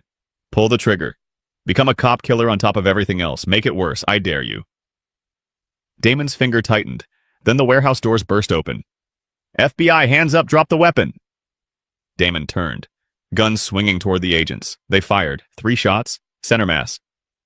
Damon dropped. Arthur crawled to Lily, pulled the tape from her mouth, cut the ropes. It's okay, baby. It's okay. Daddy's here. You're safe now. Lily threw her arms around him, sobbing. I was so scared. They said you weren't coming. They said, I'm here. I'm always here. Nothing can stop me from getting to you. Nothing. FBI agents surrounded them. Paramedics rushing in. Someone was asking questions. Arthur couldn't hear them. Could only hold Lily. Feel her heartbeat. Her breath. Her life. She was alive. That was all that mattered. They took them to the hospital. Checked them both. Arthur had 3 broken ribs, concussion, multiple contusions. Lily was physically unharmed. Psychologically traumatized, but alive. Evelyn came, running through the emergency room, finding them. She saw Arthur and Lily together on the hospital bed holding each other, and started crying. You did it, she said. You saved her. We did it, Arthur corrected. Together. Is it over? Is Damon dead? FBI shot him, and the evidence is everywhere. Your father's being treated. Real treatment. They flushed the poison. Doctors say he'll recover. Most of his functions should return. Evelyn sat down hard. It's really over. It's really over. Outside the hospital window, dawn was breaking. orange and pink spreading across the sky, a new day, a new beginning. Arthur held Lily close. She was asleep now. Exhausted. Safe. His whole world in his arms. Evelyn reached out, took his hand. He squeezed it. They'd won. They'd survived. They'd exposed the truth. And tomorrow they'd figure out what came next. But tonight they just breathed. That was enough. The FBI agent's name was Sarah Chen, and she sat across from Arthur in the hospital room with a recorder between them and eyes that had seen too much. "Walk me through it again," she said. "From the beginning." Arthur had told the story 3 times already. His ribs screamed with every breath. Lily was asleep in the chair beside him, her small hand wrapped around his finger. He'd tell it 100 more times if it kept her safe. "I overheard them planning the hit in the conference room. Tuesday night around 11:15. And you didn't call the police. Would you have believed me, a janitor saying the CEO was going to be murdered?" Chen didn't answer. They both knew the truth. "So you decided to intervene personally. Former Army intelligence correct, 12 years active duty." "I decided to keep someone from being killed. That's what decent people do. Decent people don't kill 3 men in a parking garage. Decent people don't let innocent women die when they can stop it." Arthur's voice was flat, tired. "You going to arrest me or not?" Chen clicked off the recorder, leaned back. "The evidence you leaked. It's everywhere. Front page of every major paper. Trending on every platform. SEC is launching a full investigation. DOJ is assembling a task force. You've created the biggest corporate scandal in a decade." "Good." "You also destroyed any chance of a clean prosecution. Defense attorneys are already screaming about tainted evidence, illegal searches, vigilante justice. But you have the evidence. That's what matters. What matters is whether we can make charges stick. And right now, between your actions and the media circus, it's a mess." Chen rubbed her eyes. "You should have come to us first. Your colleague tried to kill me in that warehouse. One of Damon's men was a former FBI agent. You really think I could trust anyone?" Chen's face hardened. "We're not all corrupt." "Prove it. Arrest the right people. Make the charges stick. Do your job." They stared at each other. Finally, Chen stood. "You're not under arrest yet, but don't leave the city. We'll have more questions." She left. Arthur exhaled, winced. 3 broken ribs felt like 6. Evelyn came in 5 minutes later. She looked different, hair down. No makeup. Wearing borrowed scrubs from a nurse, the CEO was gone. Just a woman who'd survived. "How's your father?" Arthur asked. "Awake, lucid, angry." She sat down carefully. "The doctors say most of the damage from the thallium will reverse. He'll have memory issues for a while, but he'll recover." "That's good." "He wants to see you. Keeps asking about the man who saved me, saved him, saved everything." "I'm not really up for visitors." "Arthur, he needs to thank you." "I don't need thanks, I need sleep, and about 6 bottles of ibuprofen." Evelyn reached out, touched his hand. "He also fired me. Effective immediately. I'm no longer CEO of Sterling Industries." Arthur's eyes snapped open. "What?" "Emergency board meeting this morning. My father called it from his hospital bed. Said I showed gross negligence allowing the fraud to happen under my watch. Said I endangered the company by going rogue instead of following proper channels. Said I needed to step down for the good of shareholders." "That's insane. You exposed the fraud, you saved his life." "I also cost the company billions in market value. Stock dropped 40% when the news broke. Investors are fleeing, partners are canceling contracts. The Sterling name is toxic now." Her voice was hollow. "He's not wrong. I was CEO. I missed it. 400 million stolen and I never saw it." "Because Damon was good at hiding it. Or because I was too arrogant to look closely, too trusting, too naive." She laughed bitterly. "My father built an empire on ruthlessness. I tried to be different, tried to lead with integrity, and it almost destroyed everything he built." "Evelyn, you did the right thing." "Did I tell that to the 5,000 employees who just lost their jobs in the restructuring? Tell that to the pension funds that got wiped out. Tell that to the suppliers who'll go bankrupt because we can't pay them." She stood, walked to the window.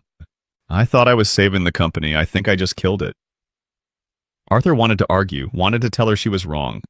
But he'd seen enough aftermath in his life to know that doing the right thing often hurt innocent people. War taught him that. Every bomb he defused saved some lives and ended others. Collateral damage. The math of moral choices. "What will you do now?" he asked. "I don't know. My penthouse is being seized. Federal investigation. They're freezing my accounts pending review. Everything I own, everything I am, it's all gone." She turned to look at him. "I'm homeless, Arthur. For the first time in my life, I have nowhere to go. You can stay with me. In your one-bedroom apartment above a bodega. It's not much, but it's home, and you're welcome there as long as you need." Evelyn's eyes filled with tears. "Why are you so good to me?"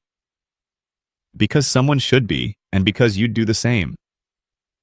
"Would I? A week ago, I didn't even see you. You were furniture. Part of the building. Now you're—" She trailed off. "What are you to me, Arthur? A friend who mops floors." She laughed, cried, did both at once. "I need to see my father. Will you come with me?" "Lily needs to stay here. She can't see him. Can't hear the things we need to say."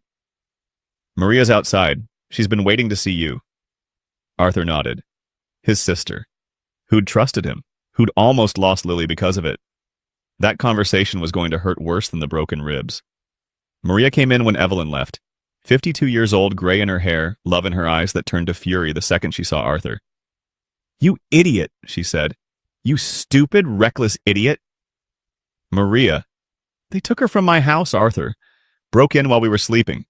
Put a gun to my head and took your daughter. Do you understand what that was like? Do you have any idea?" "I'm sorry." "Sorry doesn't fix this. Sorry doesn't erase what happened." She was crying now, angry tears. "Lily was screaming for you, screaming for her daddy, and I couldn't help her. Couldn't save her. They just took her, and I was useless." "It's not your fault." "Of course it's my fault. You asked me to keep her safe, and I failed." Maria sat down hard, covered her face. "When they brought her back, when I saw her at the hospital, I thought I'd lost her forever. I thought you were both dead." Arthur pulled his sister close, ignored the screaming ribs. "I'm sorry. I'm so sorry. I never should have put you in danger." "Why did you do this? Why risk everything?" "Because someone needed help and I was the only one who could." "That's not good enough, Arthur. Not when it costs your daughter. Not when it costs us." "I know." They sat in silence, Maria's anger slowly fading into exhaustion. "Lily's in therapy starting tomorrow," she finally said.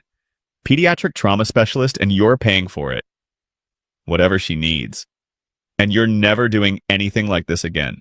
No more hero complex, no more saving the world. You focus on being her father. That's it. That's your only job." "Okay. Promise me." "I promise." Maria stood, wiped her eyes. "She's asking for you. Won't sleep unless you're there. Come on." They went to Lily's room.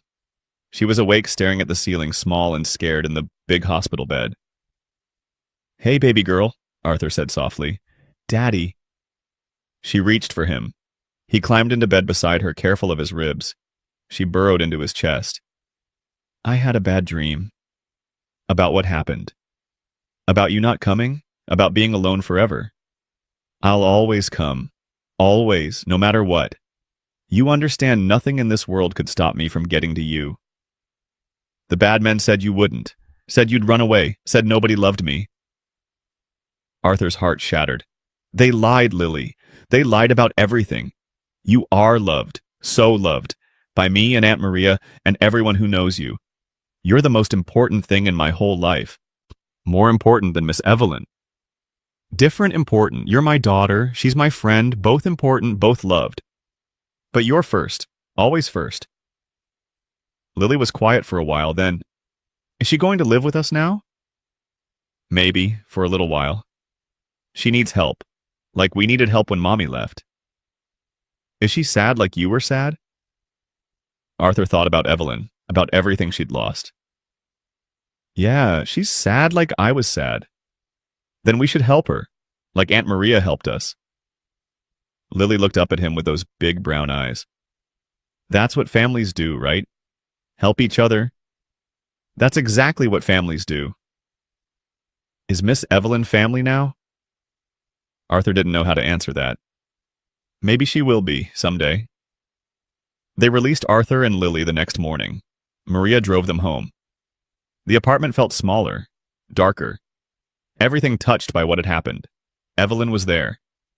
On the couch where this whole thing started. She'd been crying. Arthur could tell. Hey, he said. Hey, how are you feeling? Like I got hit by a truck. He set Lily down. Baby, go to your room. I need to talk to Miss Evelyn. Can I draw her a picture? That would be nice. Lily skipped off, resilient. Kids were always more resilient than adults gave them credit for, and Arthur sat down. Every movement hurt. Tell me what happened with your father. He's furious. With me, with Damon, with himself. The poison affected his judgment for months. He made decisions, signed things, approved strategies that he normally never would have. Damon was playing him like a puppet. She pulled her knees to her chest. He's suing me. Did you know that his lawyers filed this morning? Gross negligence. Breach of fiduciary duty. He wants me held personally responsible for the losses. He's your father.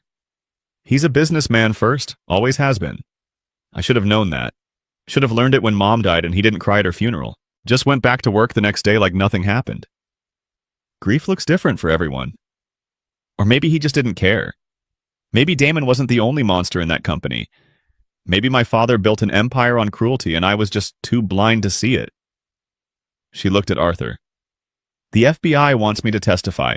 Full deposition. Everything I know. But my father's lawyers are blocking it. Claiming attorney-client privilege. Executive privilege. Every privilege they can think of. He's protecting himself. He's protecting his legacy. The Sterling name? The brand. Turns out I'm disposable when it comes to that. Her voice cracked. I spent my whole life trying to make him proud. Trying to be worthy of the Sterling name. And in the end, he threw me away like garbage. Arthur reached out, took her hand. His loss. Is it? Look at me, Arthur. I have nothing. No job, no money, no home, no family. I'm 38 years old and I'm starting over with less than nothing. She laughed bitterly. You know what I thought about this morning? How I don't know how to do laundry. I've had people do my laundry my whole life. I don't know how to cook anything except reservations. I don't know how to survive in the real world. You'll learn? Will I, or will I just be that pathetic rich girl who lost everything and couldn't figure out how to be normal? You're not pathetic, you're human. Took almost dying to realize it, but you're finally human. Evelyn looked at him, really looked. You're the strangest man I've ever met. I'll take that as a compliment. It is. You should see the men I usually meet. All ambition and ego and performance. You're just pure, authentic. Even when it hurts. Especially when it hurts. That's when real matters most. Lily came back with a drawing, purple crayon, lots of flowers. Look, Miss Evelyn. It's you smiling. Because Daddy says you're sad and art makes people happy. Evelyn took the drawing with shaking hands. It's beautiful, Lily. Thank you. You're welcome. Do you want to watch my butterfly show? I practiced my flying for tomorrow, but I can show you now. I'd love that. Arthur watched them. His daughter spinning in circles, arms spread wide. Evelyn smiling through tears. Two people learning what family meant. The news cycle exploded over the next week. Every channel, every paper, every platform. Sterling Industries collapsed. Stock worthless. Assets frozen. Federal prosecutors building cases against 17 executives. The Hong Kong division shut down entirely. Employees laid off. Offices closed. An empire crumbling in real time. Arthur's face was everywhere. The janitor who saved the CEO. The hero who exposed corruption. The single father who risked everything. Interview requests poured in. Book deals. Movie offers. Everyone wanted a piece of the story. He turned them all down. Why? Evelyn asked one night. They were sitting at his small kitchen table eating pasta he'd burned and she'd tried to fix. You could make millions. Set up Lily's college fund. Never worry about money again. Because it's not about money. Never was. The second I start profiting from this, I become part of the machine. Another person using tragedy for personal gain. That's noble. Also stupid. Maybe, but it's how I sleep at night. Do you sleep at night? Arthur was quiet. Not really. I keep seeing it. The warehouse, the gun pointed at Lily. If I'd been 10 seconds slower, if the FBI had been 10 seconds later, if any single thing had gone different, she'd be dead. But she's not. She's alive. You saved her. This time. What about next time? There won't be a next time. You don't know that. I brought danger into her life. I chose to help you, and it almost cost her everything. He pushed his pasta around. Maria's right. I need to stop. Stop trying to save everyone. Focus on being her dad. Let the world take care of itself. Is that what you want? It's what's safe. Safe isn't always right. Says the woman who lost everything doing the right thing. Evelyn flinched. Touché. They ate in silence. Outside the city hummed, life continuing, indifferent to their struggles. I got a job, Evelyn said finally. Yeah, doing what? Legal aid, helping people navigate corporate bankruptcy claims, pays $28,000 a year. I'll be making less than your average janitor. Hey, janitors make decent money.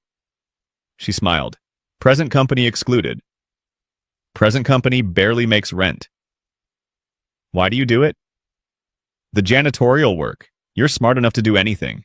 Military intelligence, technical skills, you could be making 6 figures easy. Arthur was quiet for a long time. After I came home from Afghanistan, I was angry. At everyone. At everything. The military, the government, the people who thanked me for my service, then looked away when I needed help. I was drowning and nobody cared. He took a breath. Then Lily's mom left. Walked out when Lily was 3 months old, just said she couldn't do it anymore and left. And suddenly I had this baby who needed me every second, needed feeding and changing and holding, and I had no idea what I was doing. I was failing at everything, couldn't hold a job, couldn't sleep, couldn't function.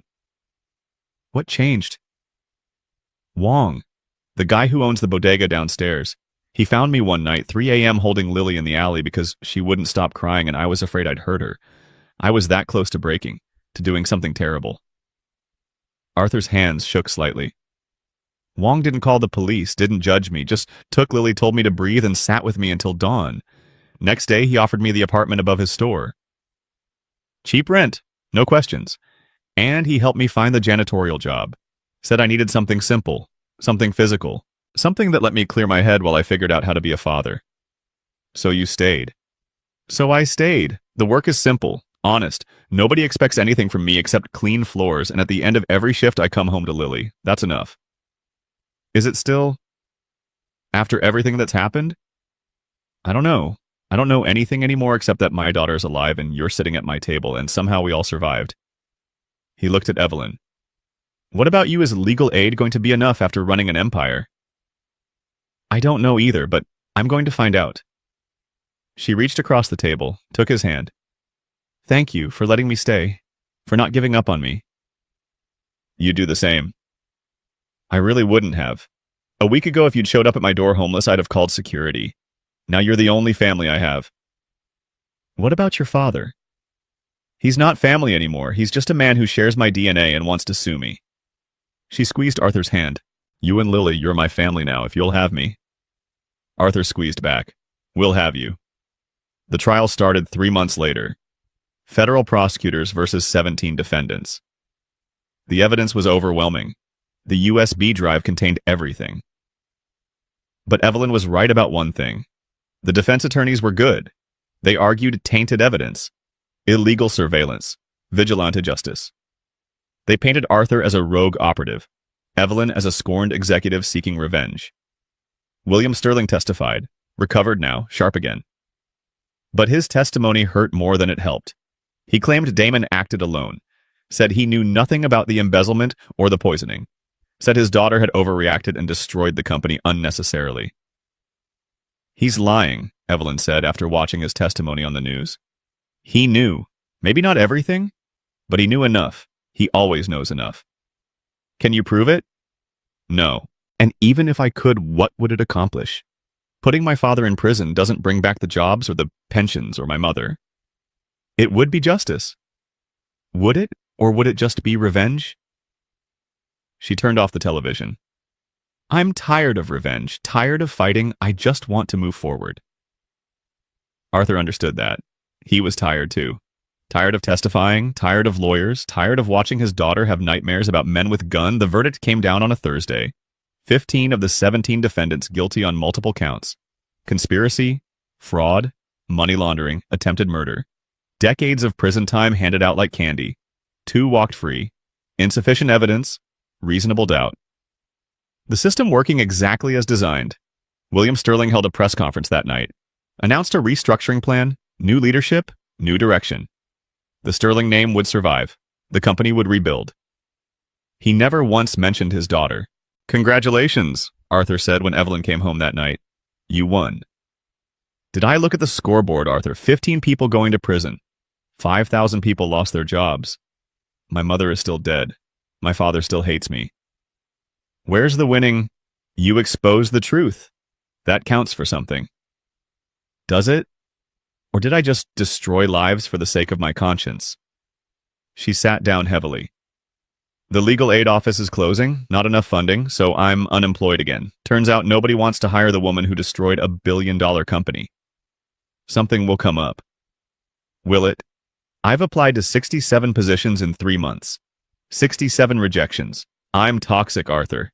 The Sterling name is poison and I'm drowning in it." Arthur didn't have an answer for that, so he just sat beside her. Let her cry. Let her rage. Let her be human. Later that night, after Evelyn fell asleep on the couch and Arthur checked on Lily for the 5th time, he stood at his window looking out at the city. They'd won. They'd survived. They'd exposed the corruption and saved lives. So why did it feel like losing his phone buzzed? Text message. Unknown number. "Thank you. You saved my life. That matters. That will always matter. Don't forget that." No signature, but Arthur knew who it was. William Sterling, the man who'd sued his own daughter. The man who'd chosen his empire over his family. Even he understood what Arthur had done. Arthur deleted the message, went to bed, lay awake for hours thinking about justice and revenge and the distance between them. Thinking about Lily's nightmares and Evelyn's tears and whether anything they'd done had made the world better or just different. He didn't have answers, but he had Lily asleep down the hall. He had Evelyn safe on his couch. He had another day coming tomorrow. That would have to be enough. Outside the city hummed with its 10 million stories. People living and dying and trying to figure out what mattered. Arthur closed his eyes. He'd done his best, saved who he could, fought when he needed to. Maybe that was all anyone could do. Maybe that was enough. 3 weeks after the verdict, Arthur found Evelyn packing. Not much to pack. She'd arrived with nothing and somehow accumulated even less. A few borrowed clothes, some toiletries, the purple blanket Lily had given her that first night. "Where are you going?" he asked from the doorway. "I don't know yet. Just away." She folded a shirt carefully. "I can't stay here anymore, Arthur. Every day I wake up and see what I've become. Unemployed. Broke. Living on your couch. Eating your food. Taking up space in your life." "You're not taking up space." "I am, and Lily needs her home back, needs normalcy. She can't heal with me here reminding her of everything that happened." "That's not true." "Isn't it?" Evelyn turned to face him. "She has nightmares, Arthur, every night. I hear her crying for you, and I know part of that is my fault. If I'd never walked into that parking garage, if you'd never saved me, she'd be fine. And you'd be dead. Maybe that would have been simpler." Arthur crossed the room in 2 steps, grabbed her shoulders, not rough, but firm. "Don't say that. Don't ever say that. You're alive and that matters. Your life has value even when it doesn't feel like it." "Does it?" "What value?" "What have I contributed to the world except destruction? I destroyed a company. Destroyed thousands of lives. My own father won't speak to me." "You exposed the truth. You saved your father's life even though he doesn't deserve it. You showed Lily what courage looks like." "I showed her what fear looks like, what helplessness looks like." Evelyn pulled away. "I need to go. Need to figure out who I am when I'm not Sterling's daughter or Sterling's CEO. Just Evelyn. Just me." Arthur wanted to argue, wanted to tell her to stay. But he understood. He'd run away from himself once too. After Afghanistan, after Sarah left, sometimes you had to leave to find yourself. "Where will you go?" he asked quietly. "There's a women's shelter in Vermont. They need someone to help with intake, counseling. It doesn't pay much, but it's work. Real work. Helping people who actually need it. Vermont's far. That's the point. When do you leave? Tomorrow morning, early. They stood in silence, everything unsaid hanging between them. Arthur, I need to tell you something. Evelyn's voice was shaking. These past few months living here with you and Lily, it's been the happiest I've ever been. Even with everything falling apart, even with the nightmares and the trials and the constant fear, coming home to this tiny apartment and having dinner at that table and watching Lily do her homework, it felt like family, real family, not the cold corporate thing I grew up with, just people who cared about each other. So, stay. I can't, because if I stay, I'll start depending on you, start needing you. And I need to learn how to stand on my own first, how to be whole by myself before I can be part of something with someone else. Arthur understood that too. How long? I don't know, 6 months? A year? However long it takes. And then maybe I come back, if you'll still have me. She smiled sadly. If you haven't found someone better, someone who's not damaged goods. Everyone's damaged, Evelyn. The question is whether you let it destroy you or make you stronger. She kissed him then, quick, soft. A promise or a goodbye or both. Take care of her, Evelyn whispered. Take care of Lily. She's the best thing in your life. I know. And take care of yourself. You matter too. The next morning, Arthur woke to find Evelyn gone. Just a note on the table. Thank you for saving my life. All of it. Not just the bullets, everything after. You showed me what being human means. I'll never forget that. I'll never forget you. E. Lily found the note at breakfast. Miss Evelyn left. Yeah, baby. She had to go do some important work. Is she coming back? I hope so. Do you love her, Daddy? Arthur looked at his daughter, 7 years old and seeing right through him. I think maybe I do. Then why did you let her go? Because sometimes loving someone means letting them figure themselves out, even when it hurts. Lily thought about that. That's sad. Yeah, it is. Can we get pancakes, not burnt ones, real ones from the diner? Arthur laughed, pulled his daughter close. Yeah, we can get real pancakes. The months that followed were quiet. Arthur kept working at Sterling Tower. New management had kept the maintenance staff. Nobody blamed the janitors for what happened. They just cleaned up the mess and moved on. Lily started therapy twice a week. Slowly, the nightmares faded. Slowly, she started smiling again, started playing again, started being a kid instead of a trauma victim. Arthur thought about Evelyn every day, wondered if she was okay, if she was healing, if she ever thought about coming back. He didn't call, didn't text. She needed space, and he would give it to her. Then one day in March, his phone rang. Unknown number. Hello. Arthur, it's William Sterling. Arthur almost hung up. Almost. What do you want? To apologize and to make you an offer. I don't want anything from you. Please, just hear me out. William's voice was tired. What I did to Evelyn, the lawsuit, the public statements, it was wrong. I was wrong. I was protecting myself instead of protecting my daughter. I'm withdrawing the lawsuit, publicly apologizing. It won't fix what I did, but maybe it's a start. Little late for that. I know, but I'm trying. I'm also setting up a fund for the employees who lost their jobs, using my personal money. $20 million to start. It's not enough, but it's something. Good for you. There's more. I'm leaving the company, retiring, and I want to establish something new, the Sarah Miller Foundation, named after Evelyn's mother, supporting families affected by corporate corruption, legal aid, counseling, job placement. I want you to run it. Arthur sat down hard. What? You exposed the truth when everyone else looked away. You protected people when it cost you everything. That's the kind of person this foundation needs, someone who actually cares. I'm a janitor. You're a hero, whether you like it or not, and heroes should be rewarded, not forgotten. I don't want to be a hero. Then be a father who wants to give his daughter a better life. The salary is $300,000 a year. Full benefits, college fund for Lily. All you have to do is help people the way you helped my daughter. Arthur was quiet for a long time. Why do this? Because I'm dying. Real dying this time. The poison damaged my organs more than the doctors realized. I have maybe a year. And I want to spend it trying to be the man my wife thought I was. The man my daughter deserved. William's voice cracked. I can't fix what I did. Can't bring back Sarah. Can't undo the damage, but maybe I can do something good before I go. Does Evelyn know about this? No, she won't talk to me, won't return my calls. I was hoping maybe you could tell her, when you see her. I don't know when that'll be. You will, she loves you. Anyone with eyes could see that. She just needs to love herself first. William paused. Think about the offer. No pressure. But the foundation launches in 6 months, whether you're part of it or not. I'd just prefer if you were. The line went dead.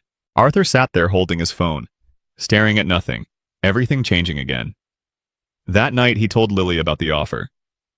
$300,000. Her eyes went huge. Daddy, that's so much money. It is. We could get a bigger apartment, and I could have my own room, and we could get a dog.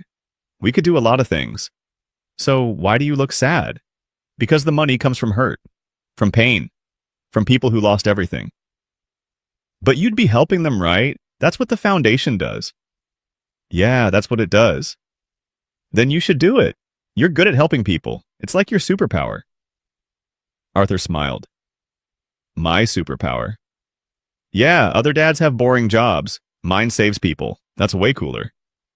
He pulled her close. When did you get so smart? I was always smart. You just forgot because you're old. I'm 42. Like I said, old. Arthur took the job, started in April. The work was hard but meaningful, helping families navigate bankruptcy, connecting people with lawyers, finding job placements, making sure the people Damon had destroyed weren't forgotten. In May, he got a letter, Vermont postmark, Evelyn's handwriting. Dear Arthur, I'm learning how to be poor, how to stretch a dollar, how to shop at thrift stores and cook with whatever's on sale, how to take the bus instead of hiring a car. It's humbling and frustrating and somehow freeing. I feel lighter, like I'm shedding skin I didn't know was suffocating me. The work here is hard. Women come in broken, abused, terrified, and I help them find housing, find safety, find themselves. It's the most important work I've ever done. I think about you constantly, about Lily, about that tiny apartment that felt more like home than my penthouse ever did. I'm not ready to come back yet, but I'm getting there. I'm healing. I hope you are too. Love, E. Arthur read the letter 5 times, then put it in a box with Lily's drawings and the purple heart he'd never worn and the other things that mattered. June passed, July, August. Lily's nightmares stopped completely. She got a part in the school play, a butterfly again. She was always a butterfly. Arthur moved them to a small house in Vermont. Nothing fancy, but it had a yard, space for Lily to run, a garden where Arthur planted tomatoes and flowers and hope. The foundation kept him busy, helping people, making small differences. It didn't erase what happened, but it honored it. And every night he thought about Evelyn, wondered if she was okay, if she was still healing, if she'd ever come back. Then one Saturday in early September, Arthur was in the garden with Lily. She was digging for worms. He was pulling weeds, the sun warm, the breeze gentle. Lily looked up. Daddy, someone's here. Arthur turned. Evelyn stood at the garden gate. She looked different. Hair down, natural color now. Honey brown with threads of gray she wasn't hiding. No makeup, simple jeans and a t-shirt. Not designer, just normal. She was thinner, stronger somehow, her eyes clear. Hi, she said quietly. Arthur couldn't breathe. Hi. I should have called, but I wanted to surprise you. Is this okay, me being here? Miss Evelyn. Lily dropped her shovel and ran, threw her arms around Evelyn. You came back, I knew you would. Daddy said maybe you would, and you did. Evelyn knelt down, hugged Lily tight. I missed you so much. How are you, Butterfly? Good, I'm in a play again. And we have a house now, and Daddy has a garden. Wanted to see my worms. I'd love to see your worms. Arthur watched them walk to the garden bed. Lily chattering excitedly, Evelyn listening with full attention, like Lily was the most important person in the world. After a while, Lily ran inside to get lemonade, left Arthur and Evelyn alone. "You look good," Arthur said. "I feel good. Different. Lighter somehow." She sat on the grass. He sat beside her. "The shelter work, it changed me, helping women rebuild their lives from nothing. It gave me perspective, made me realize how much I'd been carrying that I didn't need." "Like what?" "My father's approval, the Sterling name, the need to be powerful, all of it. I let it go and discovered I could breathe again." She looked at him. "What about you? How are you?" "Better. Good days and bad days, but more good than bad now. William told me about the foundation, about you running it. He called you, left voicemails, about 100 of them. I finally listened." Evelyn pulled up a blade of grass. "He's dying, really dying this time." "I know." "Did you forgive him?" "I'm trying, for his sake more than mine. Dying men deserve forgiveness even when they don't earn it." "You're a better person than me." "No, just tired of holding grudges. Life's too short. Already lost too many years to anger." They sat in comfortable silence. Lily came back with lemonade. They drank it even though it was too sweet. Lily had made it herself, and that made it perfect. "Want to see my butterfly kite?" Lily asked Evelyn. "Daddy got it for my birthday." "I'd love to." They walked to the park, small town Vermont, nothing like Manhattan. People said hello, kids played, normal life, safe life. Lily ran ahead with her kite, purple and pink, matching her blanket. She ran, and suddenly it caught wind, lifted, warded. "I'm flying!" she yelled. "Look, Daddy! Miss Evelyn, I'm flying!" Arthur and Evelyn sat on a blanket watching her, the kite dancing against blue sky, Lily laughing. Pure joy. "I got a job offer," Evelyn said quietly. "Director position at a national domestic violence organization. Based in Vermont. Good salary, real work, making policy. Helping thousands of women instead of dozens." "That's amazing." "It's also terrifying. Taking on responsibility again. Being in charge. What if I fail? What if I'm not ready?" "You're ready. You wouldn't be here if you weren't." She turned to look at him. "Is there room in your life for me not as the woman you saved? Not as the charity case on your couch? But as someone who wants to build something with you?" Arthur's throat closed. "Evelyn, I'm poorer now than I've ever been. Lighter too. Like I finally figured out what matters. And what matters is you. And Lily. And this life you've built here, simple and real and full of love." Her eyes filled with tears. "I want to be part of it. If you'll have me." "We'll have you. We've always had you." She leaned into his shoulder. He wrapped his arm around her. They sat like that watching Lily fly her kite. "I love you," Evelyn whispered. "I should have said it before I left, but I needed to know I could stand alone first. Now I can, and I choose to stand with you. I love you too. Have for a while now." "When did you know?" "That first night, when you held Lily's blanket and cried because a 7-year-old was kind to you. That's when I knew you were someone worth loving." Evelyn kissed him, slow, deep. Not desperate like before, just certain. Sure, two people who'd survived hell choosing each other in the light. Lily ran back breathless. Did you see how high it went?" "We saw baby," Arthur said. "It was beautiful. Like you, Miss Evelyn. You're beautiful now. Different beautiful. Not scary beautiful anymore." Evelyn laughed. "I was scary beautiful before. Yeah, all sharp and cold. But now you're soft beautiful, like Daddy." Arthur raised an eyebrow. "Soft? You know what I mean. Safe beautiful. The kind that makes you want to hug people instead of hide." "That's the best compliment I've ever received," Evelyn said. They stayed at the park until sunset. Lily ran and played. Arthur and Evelyn talked, made plans, figured out logistics. She'd take the job, move to Vermont. They'd see where things went. No pressure, no expectations, just two people building something real. When they got home, Lily was exhausted. Arthur carried her inside, tucked her in, read her a story about butterflies who could fly to anywhere they dreamed. "Is Miss Evelyn staying?" Lily asked sleepily. Would you like that? Yeah, she makes you smile different. Happy smile, not brave smile. I didn't know I had different smiles. You do. Brave smile is when you're scared but pretending you're not. Happy smile is when you forget to be scared. She yawned. I like happy smile better. Me too, baby. Me too. Arthur came back downstairs, found Evelyn on the porch, looking at the stars. Small-town Vermont meant you could actually see them. It's quiet here, she said. Too quiet. No, perfect quiet. The kind where you can hear yourself think. He sat beside her, took her hand. What are you thinking? That I spent 38 years chasing the wrong things, power, success, my father's approval, and I almost died for it. Then a janitor grabbed my hand in a parking garage and taught me what actually mattered. What matters? This, you, Lily, watching kites fly, drinking too sweet lemonade, building something real with someone who sees you. Not your name or your money or your position. Just you. Arthur pulled her close. I see you, Evelyn. I know, that's why I came back.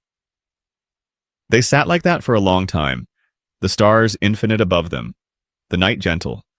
Two broken people who'd found each other in the darkness and chosen light. Inside, Lily slept without nightmares. In Manhattan, William Sterling sat in his office alone, dying slowly, trying to atone. Around the country, people they'd helped were rebuilding lives. Small victories, small redemptions. Don't talk, Arthur whispered suddenly. Evelyn turned. What?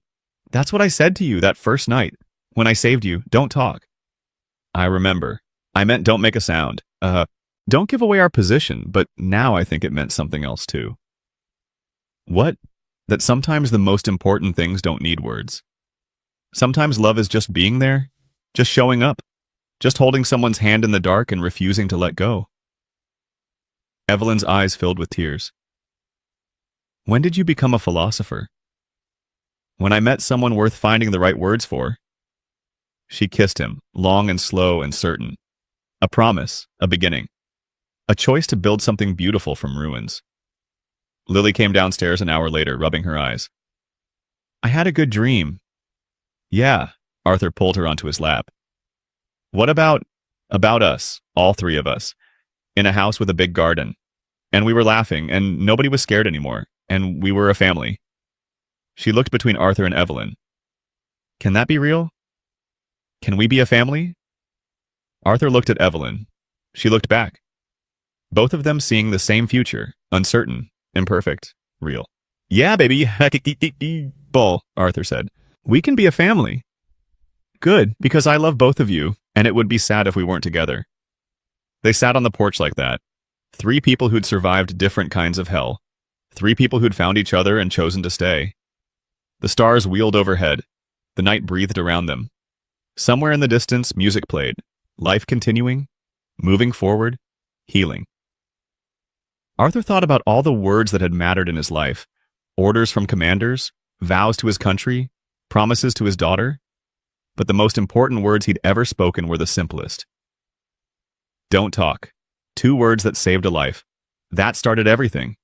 That brought them here to this moment. Sometimes the bravest words aren't shouted or declared or written in headlines.